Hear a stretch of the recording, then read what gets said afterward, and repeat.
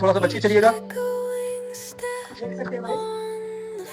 ये है अस्तबल, अकबर का घोड़साल, जहां अकबर के चुनिंदा घोड़ों को रखा जाता था। ये वो अरेबियन घोड़े थे जिनकी रफ्तार उस जमाने में काफी अधिक होती थी। तो अकबर की यही स्ट्रेटजी, यही जो प्लानिंग थी, जो हमेशा अकबर को स्ट्रॉन्ग बनाती थी, अकबर की आर्मी को स्ट्रॉन्ग बनाती थी। यहाँ पे आप देख सकते हैं ये रिंग बने हुए, जहाँ पर रस्सी से उन घोड़ों को फीडिंग बांधकर और फीडिंग कराने के लिए भी स्पेस दिया गया था, ताकि वो आराम से यहाँ कंफर्टेबल तरीके से खड़ा होकर खा पी सके। तो ये पूरा जो एरिया है ना, ये अस्तबल का था, जहाँ पर कुछ अकबर के फौजियों के लिए जो स्पेशल कमांडो होती थी, लिए स्पेशल हॉर्स रखे जाते थे, घोड़े रखे जाते थे, ताकि वो दूसरी टेरिटरी पे जब अटैक करें तो ये घोड़ों का और कमांडो का इस्तेमाल अच्छे से हो सके।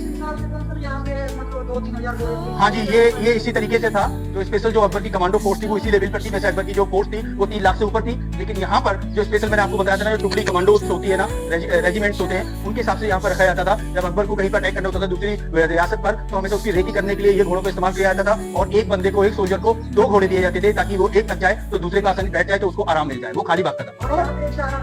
हाँ जी, ये चारा फीडिंग कराने के लिए होता था, चारा रखने के लिए होता था, जो कि चना वगैरह या ड्राई फ्रूट वगैरह जो हेल्दी घोड़ों के लिए जरूरत होती है, मालिश करने के लिए होता था।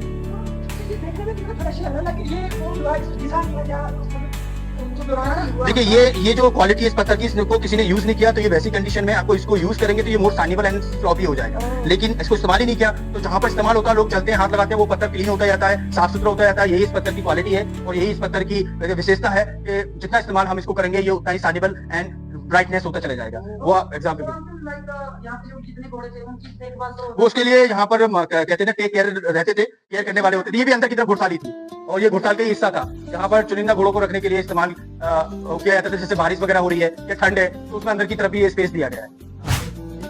ये गाइस आप जो जितना भी देख रहे हैं, ये सब घोड़ों के लिए इस्तेमाल करने के लिए कितना बड़ा अस्तबल कोर्टयार्ड था। ये सब उसके चुनिंदा घोड़े यहाँ पे रखे जाते थे और उसके लिए भी एक रास्ता था घोड़ों के आने जाने के लिए, वो सामने आपको नजर आ रहा होगा, जो गवर्नमेंट ने बंद कर दिया है। तो ये एक फतेहपुर सीकरी ऐसा पैलेस था जो कि प्लान करके बनाया गया था, जिसमें हर सुख सुविधा थी और हर तरीके का इंतजाम रखते थे, ताकि इस जगह पर रॉयल पैलेस के लोगों को किसी भी चीज के लिए बाहर जाने की जरूरत नहीं पड़े। हमेशा जो वर्कर थे वो टाइम टू टाइम अपना काम करते थे, जिसको जो काम दिया जाता था उस काम को वो टाइम टू टाइम करते थे और टाइम टू टाइम उस काम को अंजाम दिया करते थे। यही वजह थी कि अकबर ने जो अपना एम्पायर इतना बड़ा खड़ा किया, 50 साल तक देश पर राज किया, वो उसकी नीतियां इतनी अच्छी थी, इतनी फ्लेक्सिबल तरीके से चलता था, तो इस वजह से वो सक्सेस हुआ और दुनिया आज उसको अकबर के नाम से जानती है।